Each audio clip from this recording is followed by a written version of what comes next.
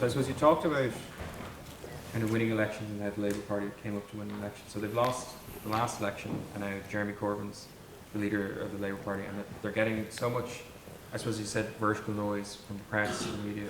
What would you do if you were still head of communications to kind of turn that around and try and get them elected to the next government? Well, the thing is, it's not about communications. This is the mistake that people made. It's about the strategy that you take forward. Once you've got that strategy, then you can communicate it. But you can't communicate without a clear and compelling strategy. So, if you look at how Jeremy Corbyn won, you have to wind back. Politics doesn't happen in a vacuum. He didn't sort of suddenly, just appear out of nowhere. I mean, he did to some extent, in that nobody ever considered that he'd be the leader, but it didn't happen in a vacuum. So, for example, if I wind back to when we were in power and Tony Blair was leader, I think Tony was a terrific leader. I think we were a good government, but we didn't really bring lots of new talent on. We spent too much time dealing with the whole Tony Gordon thing, and in the end, whatever doubts we had, we all went back and helped Gordon Brown become Prime Minister. And then after Gordon lost the election, Ed took over, and every single day people say to me, do you think Labour picked the wrong Miliband? And the fact that I get asked it everywhere I go means that's what the public think. And ultimately, that's what matters. So we lost that election, and then out of that, there's always been a part of the Labour Party that actually has been more interested in winning arguments inside the Labour Party than winning power. And so anyway, that's all by preamble. My point is, we all have to take some responsibility for where we are now. It's not just a kind of, it didn't happen in a vacuum. What we do now, I mean, I'm determined not to become one of those kind of rent a quote, slag them off, say, wouldn't have happened in my day, we'd do it better, da da da. But I do think that in the modern age, you cannot win elections in very difficult democracies where the public are very sort of, like they are, unless you are basically trusted on the economy, trusted on security, and people look at your leader and think, yeah, I can see him as Prime Minister. Now. But how do you put forward the image that he is a potential Prime Minister? Because presumably anyone could be Prime Minister just the way he's... No. Could you be Prime Minister? Ooh. Well, I did say think big and be bold. I can't afford your consultancy fee. And also, there is a vacancy right now. So, go for it. You're getting me thinking. The thing is that, listen, it's a really, really, really difficult job. One of the most difficult things about it is that people look at you. See, I think one of Jeremy Corbyn's problems is a lot of people in the Labour Party, particularly the ones who joined to elect him, they're investing all of these hopes in him, but they're their hopes. I don't see necessarily the things in him that they do. What I see, because you've got to remember, when I was rabbiting on about Europe and I was saying you've got these undecideds in the middle.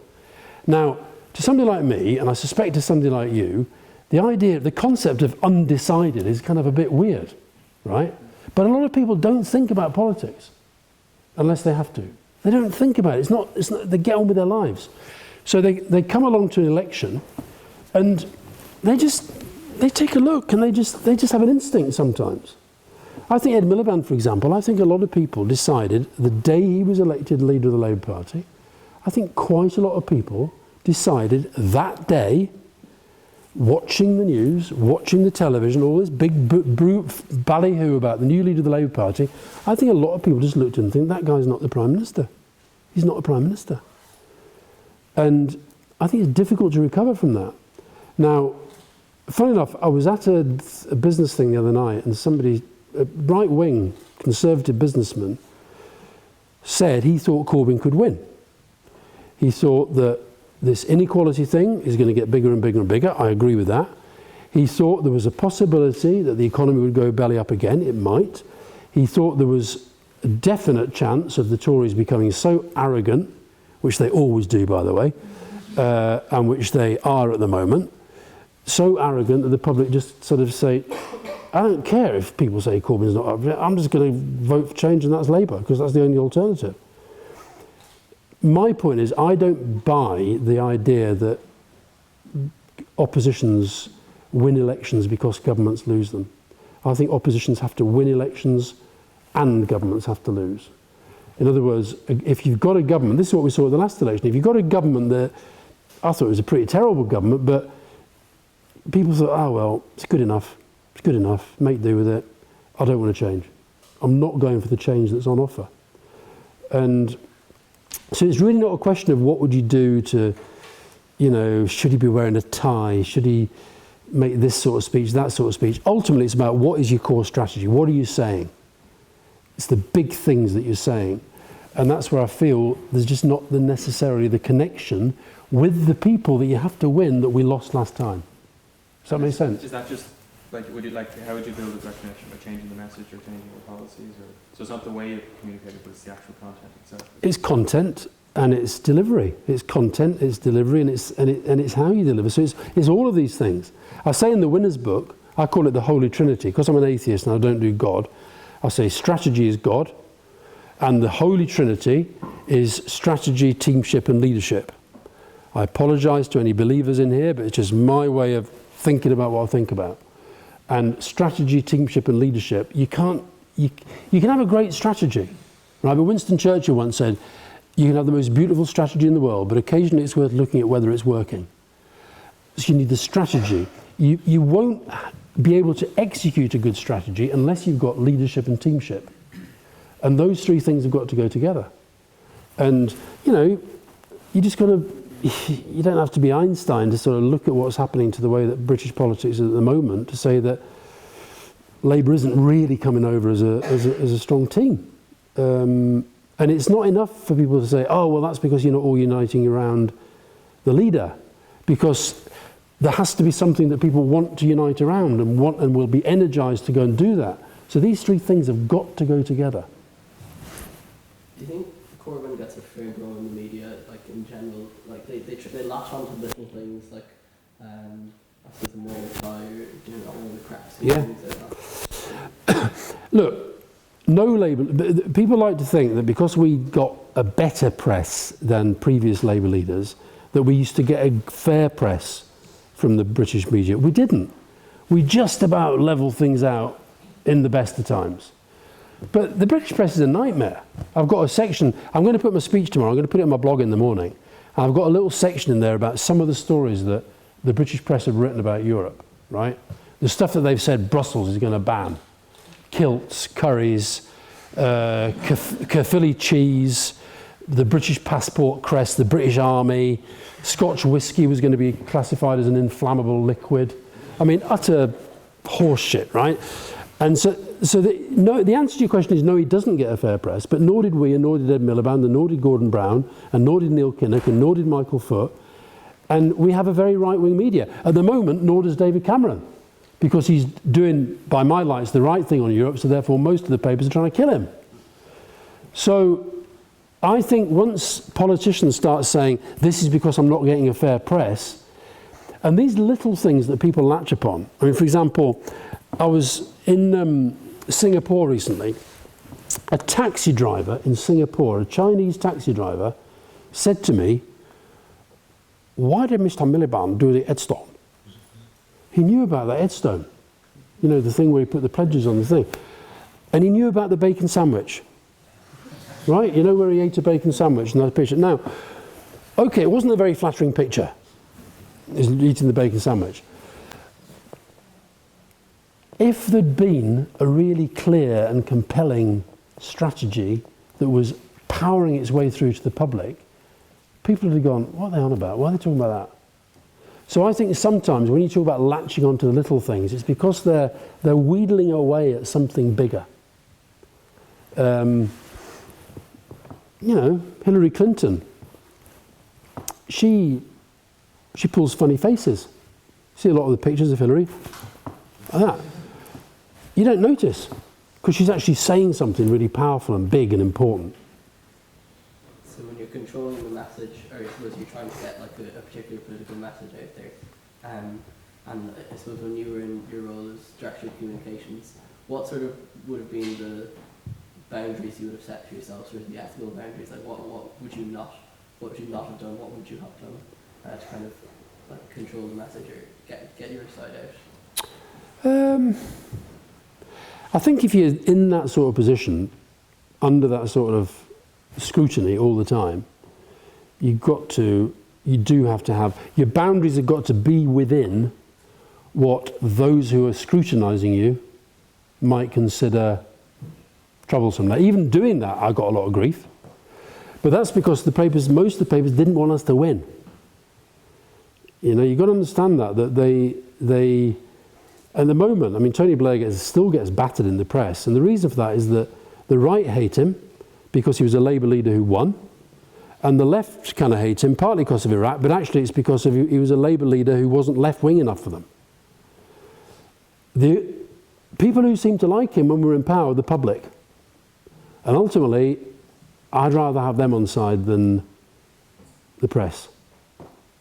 So, would I routinely got called a liar by the press, but actually I find it very difficult to lie. I don't lie. But would I sometimes conceal? Would I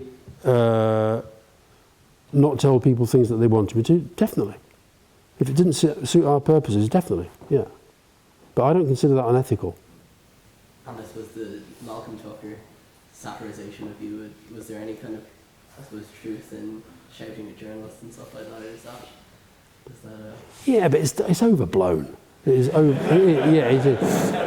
it is overblown. I mean, I do swear a lot, far too much. I don't swear quite as much as him. I did once beat the real Peter Capaldi in a swearing competition. I got more F's and C's into a 20-second thing. It was a competition we had, and I won, so that was good. But listen, the great thing about satire, it's like if you think about Yes, do you remember Yes Prime Minister? Well, you know of Yes Prime Minister. The great satire in that was the idea that civil servants try and control ministers. Well, they do. The satire in the thick of it is that there's a spin doctor in the centre of Downing Street who's trying to keep the politicians on message and control the media. That was my job. So, yeah, very proud. Going on from that, how much power do politicians actually have in terms of policy or deciding the vision of the... Oh, a lot. A better question, I'm not saying it wasn't a very good question, but a better question would be whether politicians effectively use the power that they have. I think too many of them get captured by civil servants.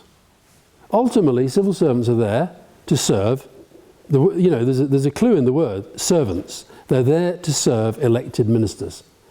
And the best civil servant will have the balls to stand up and say to a minister, this is a really stupid idea, but it's based on a proper analysis. The minister ultimately has to be able to take decisions. I think, and even possibly another better question, is where power now lies in relation to the way the world has changed. So, for example, we still have this model of electoral campaigning politics. You're seeing it now with Trump. I heard that idiot Trump today saying, vote for me, and we've got all these problems in the world, vote for me and I'll solve them for you. Well, he won't, because he can't. And it's not just because it's him, because there's no president can, because it's not just about them. So a far better model, I think, would be to say, I will give you leadership. I will try and explain to you what I think is happening in the world. I will set out the values that I hold and what I believe in, and where I can make difference through policy, I'll try to do that.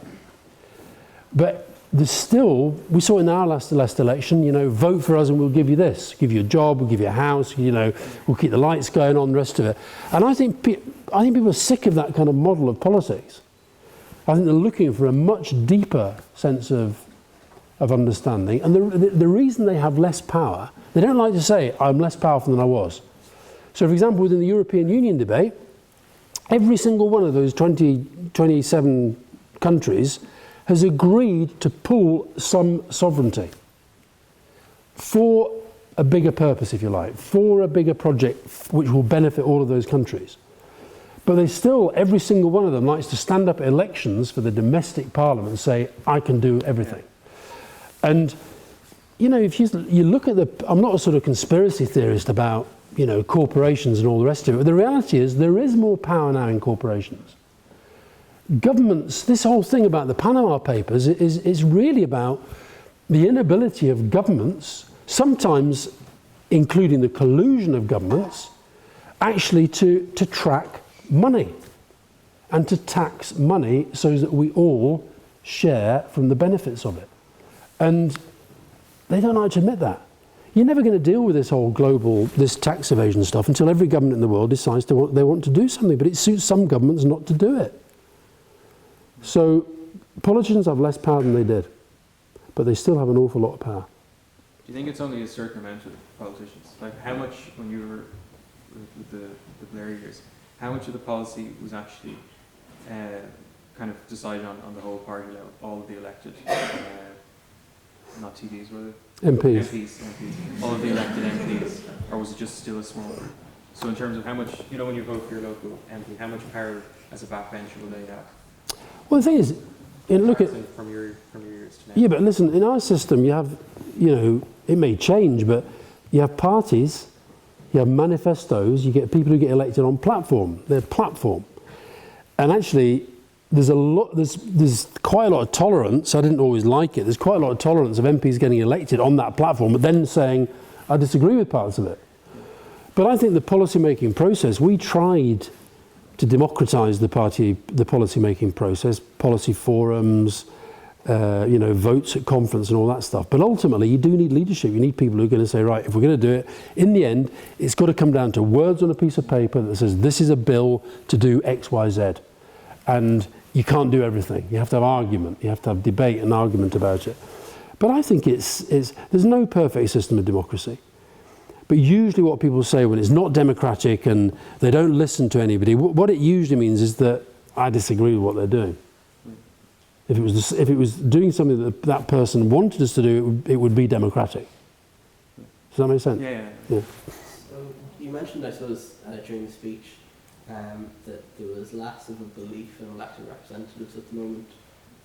Like, it kind of surprised me because I don't really, I don't know, maybe it's just me, but I haven't noticed a change in people believing politicians less or believing them more. So, kind of what's caused that and how much of an impact do you think it's having? I think a lot of it is to do with the way the media covers politics. I think it's done kind of relentlessly negative. I think, you know, you have there's so much more scrutiny of politics now. I'm not saying that we should be more deferential, but I think it's been really interesting the last few days with the Queen at 90. The Queen is the one person in our country that, you know, David Beckham a bit, but he used to get shit as well. But the Queen, you know, whenever you see these BBC guys come along and talk about the Queen, I mean, there's like this sort of sycophantic sort of, you know, glorifying. I mean, you know, she just walked so elegantly and, you know, and she was, you could see in her eyes her dedication to duty and service. I mean, actually I could look in her eyes and think she looked a bit tired, but whereas with politicians, it's like the other end of the extreme. They're all terrible, they're all venal, they're all in it for themselves. And I don't know if we could get a balance somehow, but, you know, I think it's interesting you say that you haven't noticed a change, but that's probably because most of your life, I suspect, has been on the kind of negative end of the agenda. I read an amazing book recently about the relationship between Winston Churchill and President de Gaulle. And it was extraordinary because Churchill and de Gaulle used to they had a very curious relationship because Churchill really helped de Gaulle when he was in exile but they were both quite difficult, prickly characters, and so they had their ups and downs, but they used to sit around laughing to each other about things that, you know, Churchill had said in Parliament, where he'd said something completely untrue just to sort of confuse the Germans about something. And now, you imagine that today. You know, imagine if, you know, David Cameron and Obama got together and said, let's say this and da, da, da. I mean, look at the grief we got over Iraq and the presentation of a case where actually, I don't care what anybody says, we did not, quotes, sex up anything. We may have been wrong, that's a different thing. And yet there, these politicians, they could sort of, and the deference point. I'll give you another really funny story about Clement Attlee, who was the Labour Prime Minister after the war. And I always thought it was amazing. Churchill wins the war, he had approval ratings of 89%, and he got booted out. Because the public had made a judgment. Yeah, he was right for the war, but he's wrong for now. They put little nice Clement Attlee in there, who they'd got to know as a safe pair of hands during the war. He's going to build a health service, he's going to build homes for all the soldiers coming back, and da-da-da. On the day that the election was called, when Attlee called an election after his first term, and he went for a walk on his own, didn't have all the massive security they have now. He went for a walk, he was stopped by some guy from the Times who was going for lunch. And this guy couldn't believe his luck. There's Attlee out for a walk, and when I'm going for lunch, I'll stop and talk to him and see what he says. And he said, "Oh, Mr. Attlee, so been to the palace. The Queen has been informed there's going to be an election. Is there anything you'd like to say to the readers of the Times about the election?"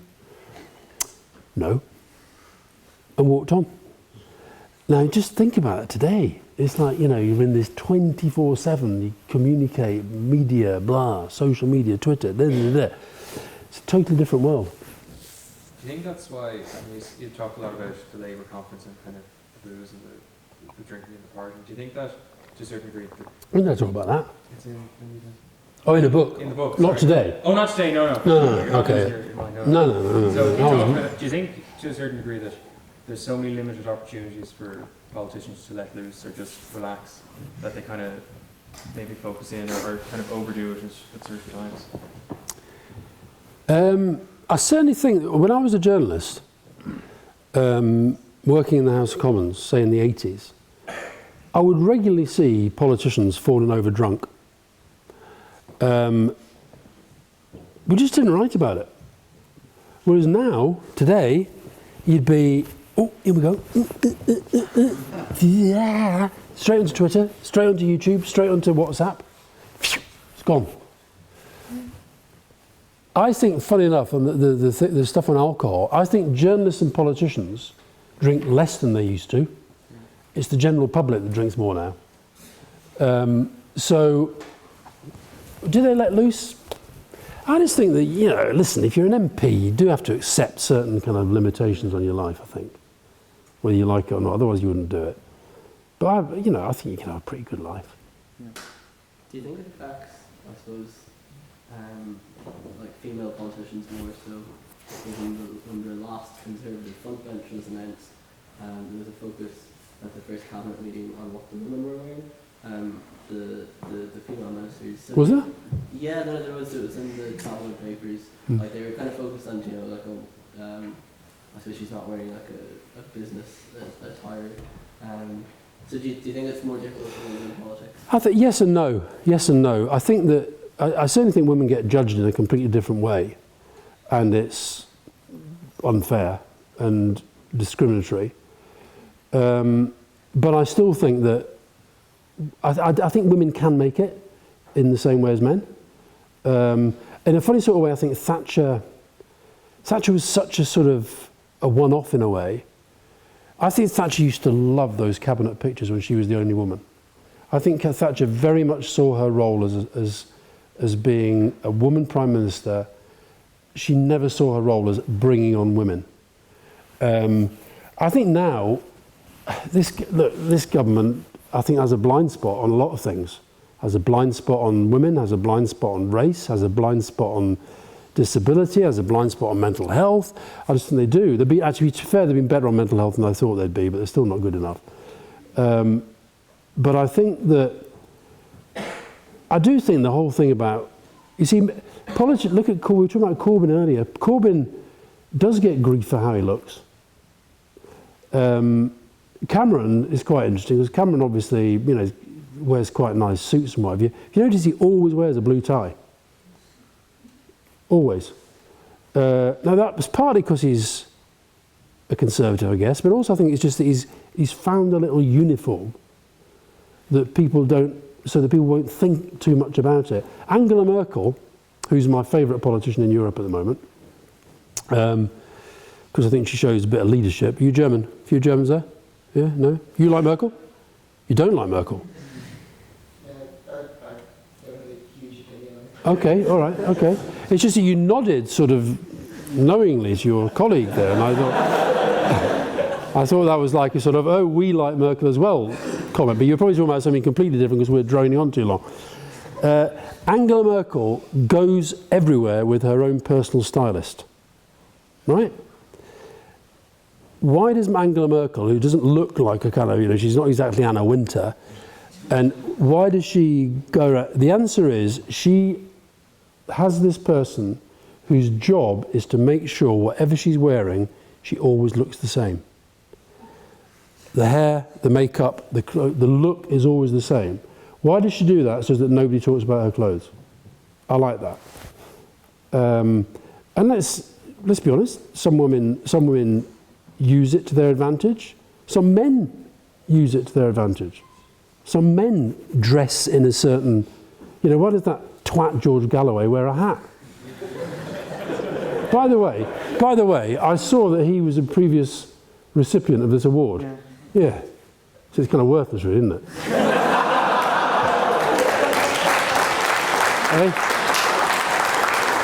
It's just an excuse to get me to come and talk, isn't it? Really. I don't think we need an excuse for that. Will we put it to the crowd? I think so. Yeah. Yeah. Anyone want As someone who works in the mental health sector myself, I want to thank you for your inspiring words here 2.5 years ago when you talked about your past. I was wondering what your opinion is on the term itself, mental health, and obviously you work very closely with Time to Change, and you're a massive advocate. As our understanding of mental health and the general awareness of it develops, don't you think the language that surrounds it should evolve as well?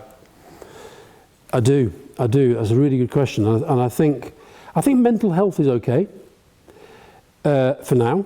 Because I think there has to be a greater recognition of what mental illness is, and I think when we talk about health, people still tend, in the main, to think about their physical health, and I think but where I think we hopefully are going to is to a place where well-being becomes what we mean by having good mental health.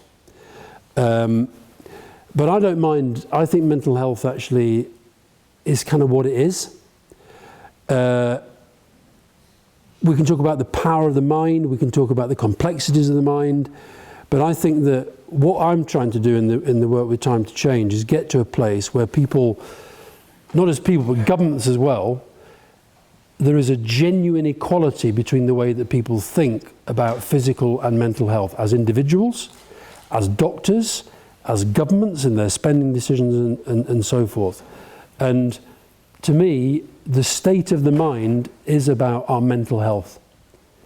And so it can take you into areas like exercise and diet and mindfulness and all these things. They're all important and we can all do them. But why are we doing them? We're doing them because we're trying to think in a better, more productive, creative way about our mental health. Eventually, there'll hopefully be a kind of synergy and people understand that the two are completely related. But I think we're so far away from that if we suddenly started to make that leap and to talk that language now, I think we'd lose too many people. But you're absolutely right about the importance of language. I actually, for example, people talk about bipolar disorder. I prefer manic depression as a description because I think it's closer to what it is. I hate the word schizophrenia because who was the guy who wrote the novel? The Jekyll and Hyde. Because that's this idea of, it's about a split personality. It's not about a split personality. It's about a dislocation of the mind so that people are thinking things that aren't related to what's actually happening. and they're often seeing things that aren't related to what's real. And that's not a split personality. And I've got a friend who actually is a psychiatrist who specialises in treating schizophrenia. He says one of the worst parts of his life is that when he makes a diagnosis of somebody with schizophrenia, it's explaining to them and above all to their family what it is not. And the misconceptions that people have about mental illness, they're terrifying. And you see the effects on people getting beaten up, and all you see it in the media and the kind of psycho killer on the loose headlines, all that stuff. So language is really, really important, but I'm not sure the world is ready yet for it to move on from mental illness, because I think that's what we're talking about at the moment. Yeah? Thanks very much for coming here today. Just out of curiosity, I mean, you were instrumental in bringing New Labour forward, making it electable, from the dismal times, in the 80s versus the Conservatives. And recently you had, Ed Miliband knows Red Ed, and then you have Corbyn, shifting to the left further and further. Two questions. Do you think that Corbyn can last until the next election is called, or will his backbenchers rebel and try and bring the party back to sort of where it was under Blair and even Brad perhaps? Also, if it does rebel and brings forward a new candidate, who do you think will replace Corbyn, and if not, who would you prefer to replace Corbyn? Well, I said earlier I'm not going to become one of those renter quotes who just slags off Jeremy Corbyn the whole time. I think if I did answer that in the way you're asking me to, I think there's a danger of doing that. Can he last? You see, he was elected by a very, very, far bigger share of the vote than anybody expected. And you've now got this whole kind of momentum thing going on within the Labour Party, where they're trying to consolidate the sense of his politics being what the Labour Party is about. And so, when I said earlier you need strategy, teamship and leadership, you're right to say, do I see anybody else around whom all this change might coalesce? And at the moment, I'm not sure that I do see that person and the mechanism by which the change takes place. Not even his chancellor, or shadow chancellor, I should say, who has his same... Well, to me, that's like saying, well, we'll change, this red chip for that red chip. It's the same thing. It's the same politics. It's the same strategy. It might be a little bit more attractive, a little bit less attractive to the public. I've got no idea. But it's the same politics. So a change would... See, at the moment, there's all this talk, after if the May elections go disastrously for Labour, then they'll make a move against Corbyn. Well, it might. I don't know. I'm not, and I keep reading about all these Blairite conspiracies. I always think if there's a Blairite conspiracy going on, I'm probably going to know about it, right? And I'm not aware of a Blairite conspiracy going on at the moment. I am aware of lots of people sort of saying, this is a crap government doing lots of bad things. We should be way ahead in the polls, and we're not. But I don't see the mechanism at the moment. And if there was a leadership election tomorrow, who are the names that are going to come forward? And what's happened that's going to change the result? I don't know. I'm a little bit depressed. I shouldn't use that word in that context, I know, but... right at the back. You worked with the British Irish Lions in 2005, being Irish, you probably know where the last work, but kind of following the whole Yeah.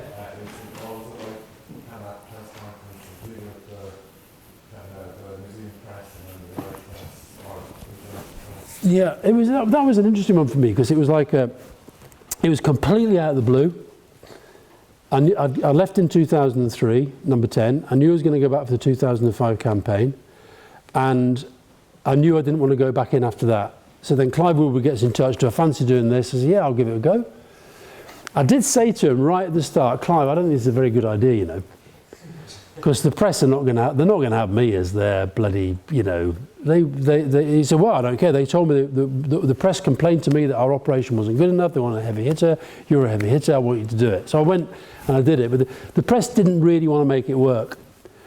And so the Brian O'Driscoll thing was a really interesting example, because I think if I'd have not been there and it had just been like a kind of bog standard press officer who's sort of alongside Clive Woodward, I think they'd have done broadly the same things, that have really complained about it, that have really, Clive would definitely have gone out and said, this is ridiculous that this guy can virtually get assaulted on the pitch, and you know, he's out the tour and looks like nothing's going to happen.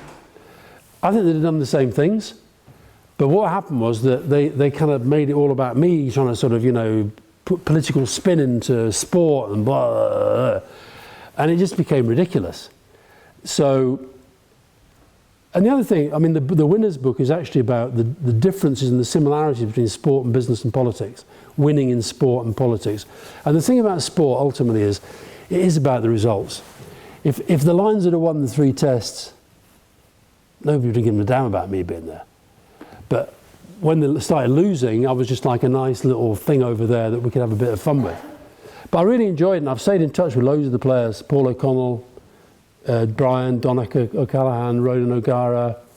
I got on really well with the Irish guys and the Welsh guys in particular. I'm not saying I didn't get on with the English guys, but I did get on better with the Irish and the Welsh and the Scots. There were only 2 Scots there, mind you. Yep. You mentioned there in your speech that governments to win elections, you said they have to be strong in the economy, on security, and all the, you know, stability versus chaos. And that's, I think you kind of underestimated how well the Tories did that in the election, because they did it really, really well. But we tried to do that here in Ireland in Fine Gael, and it just was a disaster. And it was a disaster in Spain, in Portugal, and Greece, but worked so well in the UK. Why do you think? Yeah, it was interesting, because you're here, there's no doubt that your guys thought it was going to be a rerun. And I kind of understand why. But you see, I think that, I don't believe that the Tories, I know that technically they won the election, right? I think we lost the election. I think it was there for the taking. And I think we made a massive strategic gift by not rebutting this relentless thing about that Labour caused the crash, the mess we inherited. We didn't push back on it. Ed Miliband took a strategic choice to distance himself from that Blair-Brown thing, and that was, I think, a terrible mistake. I think with the other thing that happened in the election was that the Tories, my big beef with Cameron is I think he's a tactician, not a strategist. I think we're having this referendum because of a tactical response to the rise of UKIP 3 years ago. He should have beaten them 3 years ago in argument. He announced the referendum to keep them quiet, to shut the Eurosceptics up, and now we're here, we're having it. And likewise, I think in the way that they used the rise of the SNP was brilliant tactically, but it's what has put booster rockets under the SNP since the election. And particularly the way that Cameron handled them after the referendum. So I think he made a lot of strategic missteps on the SNP. Look, every country's different. Every country's different. I slightly worry with this referendum campaign that Cameron and Osborne are doing a bit of a rerun of the election campaign. Lots of Cameron, lots of negative messaging on the economy. You always need more than that. What's going to happen here anyway? Is Conor going to get it? No. Yeah. I'm just wondering, what was, you talking about the Queen there, I was wondering what was the government's relationship with the Queen after 1997, and maybe the second part, what did you think of your portrayal in the film of the Queen? In the Queen? Yeah. Well, I won't tell you what I thought, I'll tell you what my daughter thought, because I went to see it with her. And as we were walking out of the film, the cinema, she said, Dad, she said, why do they always do you like you're a complete yob? I mean, it's complicated. It's complicated because, you know, I'm on the record as a journalist. I was always a Republican, a British Republican, not an American Republican or an Irish Republican necessarily. But she is pretty amazing. She is quite extraordinary. And I've actually written a chapter about her in the book on Winners, because she has strategized through this incredible long reign and through some very, very difficult periods. This kind of sycophantic stuff I was talking about earlier, a few years ago, there's quite a lot of kind of republicanism in the British media. They were killing them, you know.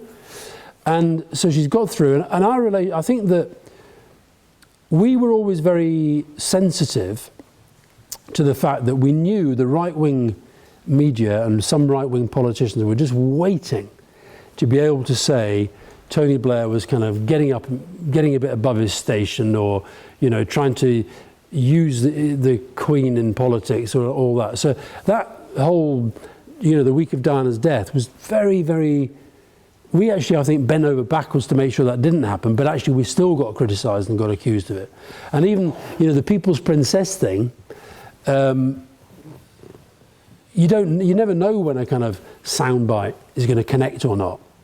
You know, it might have been he just said that and people just went, ugh, you just don't know. But it's sort of, I'll tell you when I knew that I totally connected, the Herald Tribune, the International Herald Tribune, the next day, the headline across the whole of the front pages, World Mourns People's Princess. The Daily Mail, which as you may know is the most evil organisation on the planet, every single page for the next week had People's Princess on the top of every page. It connected. And I don't know whether that might have pissed a few people off, I just don't know. But Tony was always incredibly sort of respectful, and I mean, Tony used to tell me about everything, apart from his stuff with the Queen. Never, he'd come back from seeing the Queen every week, well, what are you talking about? What were you talking about? You know, she's thinking this, she's thinking that. Ah. The only time was you know, sometimes he'd come back and there'd be something that she said that made him worry about something or whatever, but he'd never, you know, you're talking about letting your hair down and stuff. One of the ways leaders let their hair down is actually to have a gossip and have a laugh with the people that they trust. And Tony and I were both quite good impersonators, so we used to sit around impersonating the cabinet and other leaders and all that sort of stuff. But he didn't mess around with the Queen. No. Mom. Yes. What do you think of David Cameron's decision to allow members of the cabinet to decide individually on voting rights? He was driven to it by tactics coming ahead of strategy. He didn't want to be there. Like, was just, he couldn't have just stood firm and decided? He might, I think he probably could. You might have had a few resignations. He's had a few anyway. IDS, man who wants to save the poor, brackets, yeah. I think it's one of the things that's causing people you meet in Britain the whole time, they're like these Millwall fans, just saying they're confused, they don't know what to think. I think it is quite, in our system, it's quite difficult when you're used to the government of one party. We have the coalition, but now you've got the government of one party again, and people are used to them all, quote, singing from the same hymn sheets. And now, I think it unsettles people when and it makes them disbelieve everything. Because there's Michael Gove yesterday out sort of slagging off Cameron and Osborne and the campaign and the rest of it. This is meant to be like one of his best mates, and normally he's on there saying that David Cameron's fantastic and what he does is right and he thinks this and I think it unsettles people. I think he probably felt he had no choice. I think he did have a choice, but anyway. Yeah, blue shirt. So you're kind of discussing kind of how horizontalism or whatever is kind of becoming more like prevalent in society today. And obviously in America we're seeing the rise of Trump. We're seeing like American parties like the anti-austerity party that are just kind of tapping into like disengagement people have with politics. Do you think that like politics needs to restructure itself to kind of, I don't know, tackle how Facebook and kind of social media and the new politics basically, like, do you think there's the government should, or the like political system system needs to restructure itself in order to cope with kind of the changing world? It does, but I don't quite know how. In fact, I'm going from here to do Channel 4, but you know Steve Hilton used to work for Cameron. And he and I are having a debate about your very question, is modern politics, democracy, is it sort of fit for purpose? And he's got this idea that actually you can use all sort of, you know, clever apps and social media and da-da-da. Now, I think you can do that, if you like, at the tactical level. But ultimately, in a democracy, politics is about electing people to make decisions on your behalf. That's what it's really about. And I worry that some of the trends I've talked about before, more cynicism, less respect for the people who do go into public life, less interest, less informing, people no longer feeling a responsibility to inform themselves. I think that's all creating this idea that there must be some kind of whiz-bang magic solution out there with these really clever techie people. But ultimately, you're never going to take away the fact that politics is about making decisions on behalf of other people. And I worry, like, when I look at the kind of Zuckerberg, Elon Musk, all these kind of, you know, is there just a new generation of sort of oligarch type people? Why are they don't have democratic power or authority. They have power, they have authority, but it's not democratic. Just because we all go on Facebook and like something and we sign up to change.org and say we want something to change, I worry that people are thinking that that is political activism. So when I was talking earlier about the whole kind of whether it's racial equality, gay rights, smoking bans, all that stuff, you might be able to make change by signing a petition. But ultimately, somebody is going to have to be in a system somewhere that says this used to be the law and now this is the law. I don't see how Facebook's going to be the place for that. Now, it might be one day, but I don't see where it is now. So I actually think we've got to rediscover a sense of politics being about us. And I think I said earlier, I think your generation is going to be the one. So I mentioned my son who's getting involved in homelessness. And he's in his 20s, he's already doing stuff that's making a difference. And would you make more or less of a difference if you went into politics, became an MP, became the housing minister? Yeah, you probably would. But I think this idea of people getting more involved in their own community without cynicism, without saying, because I think a lot of people say, because I can't do everything, I won't do anything. And I can't see what it is out there that's a sort of social media technological gizmo thing that suddenly we're going to find a new way of doing politics.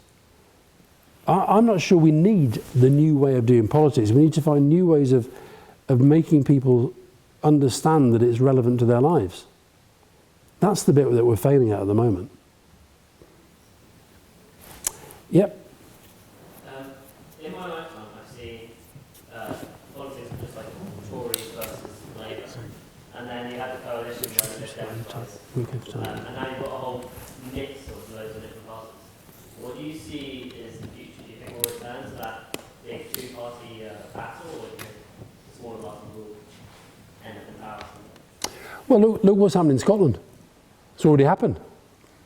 I mean, the SNP was a smaller party not long ago. It's now a party of government. It's one of the big parts of opposition in Westminster. And that's kind of changed relatively recently. I don't think that, you see, America, there might be another third candidate comes along, but such a huge country, and yet they seem locked in this two-party system.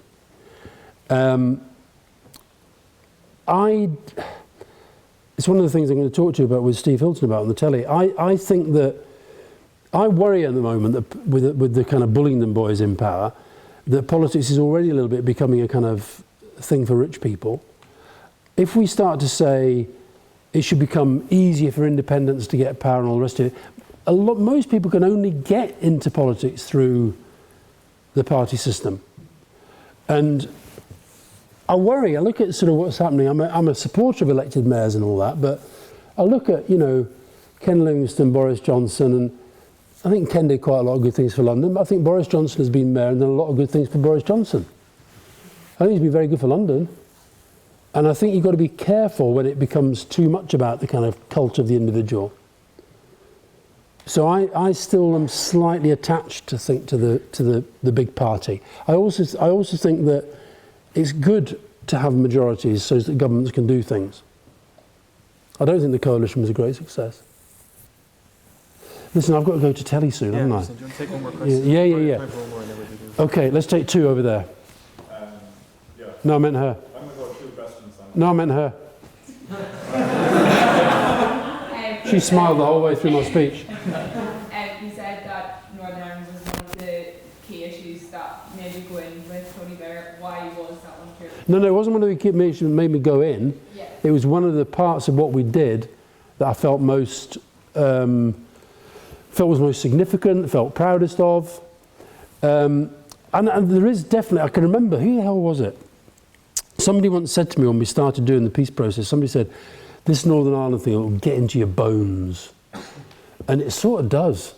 It sort of does. And this is why I get so annoyed and so angry when I hear people just say, oh, Tony Blair, all he ever did was Iraq.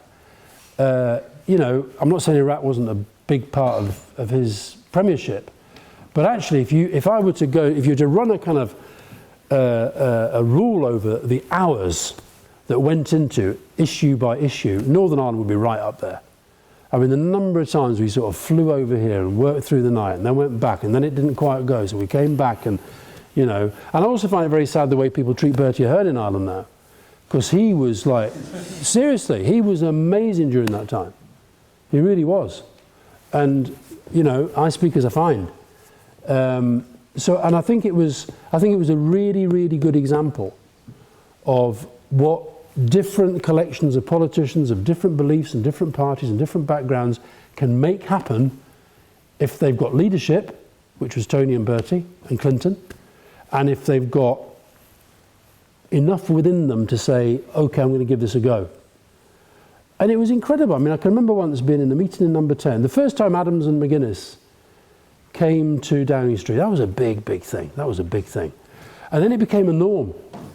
And I can remember being in a meeting in Downing Street around the cabinet table. I can remember Ken McGuinness, the DUP guy, Tony sort of saying, oh, can't you do this and can't you do that? And Ken McGuinness sort of sitting back and saying, well, when you're sitting in a room opposite somebody who tried to kill your brother,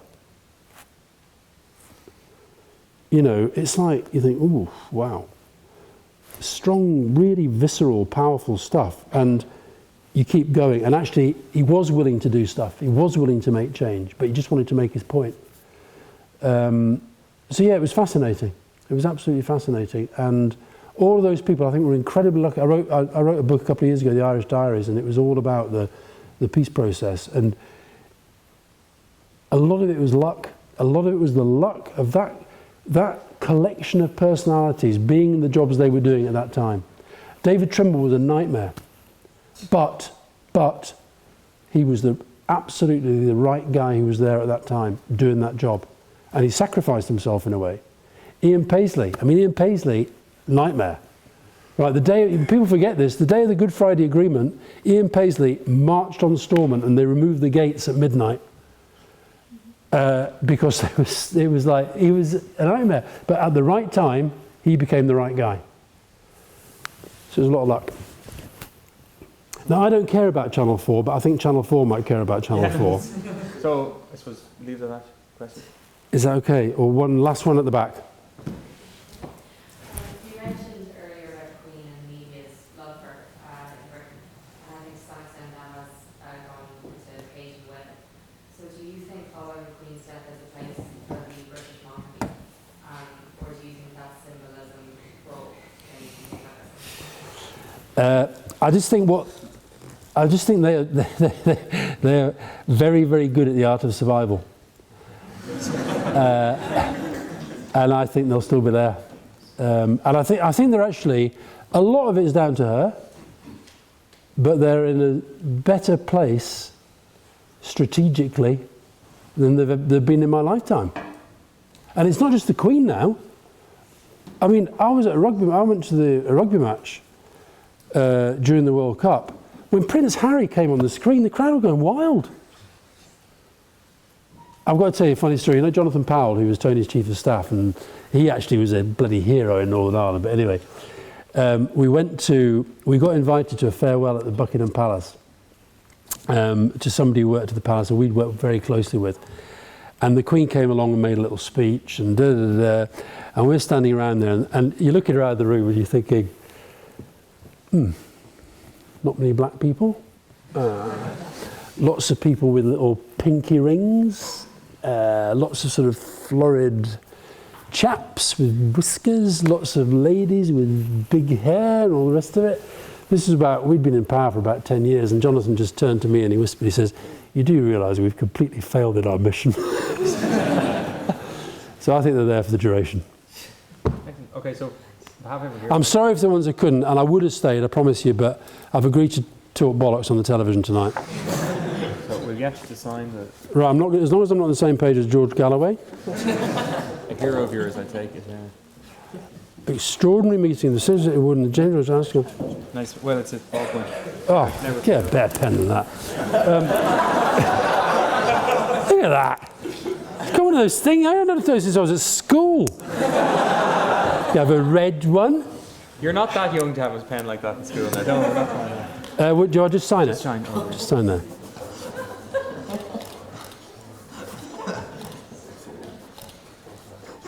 Tassin, we have to sign. Oh, hold on. I need a picture of this on my phone. You see, so I can. I want to announce to the world that I've met the next Taoiseach.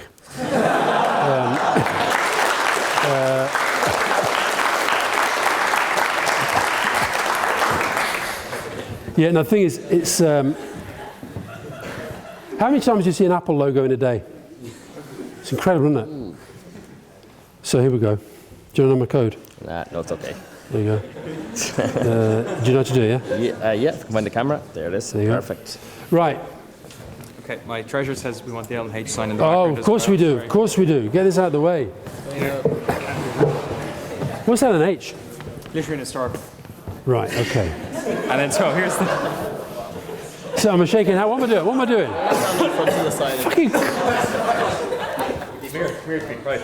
Listen, politicians can't cough over people. Sorry, I was all just sitting down, my lungs are a bit... Okay, so on behalf of the Society, Literary and Historical Society, we'd like to confer with James Jisworth. Thank you very much indeed. Thank you. Thank you.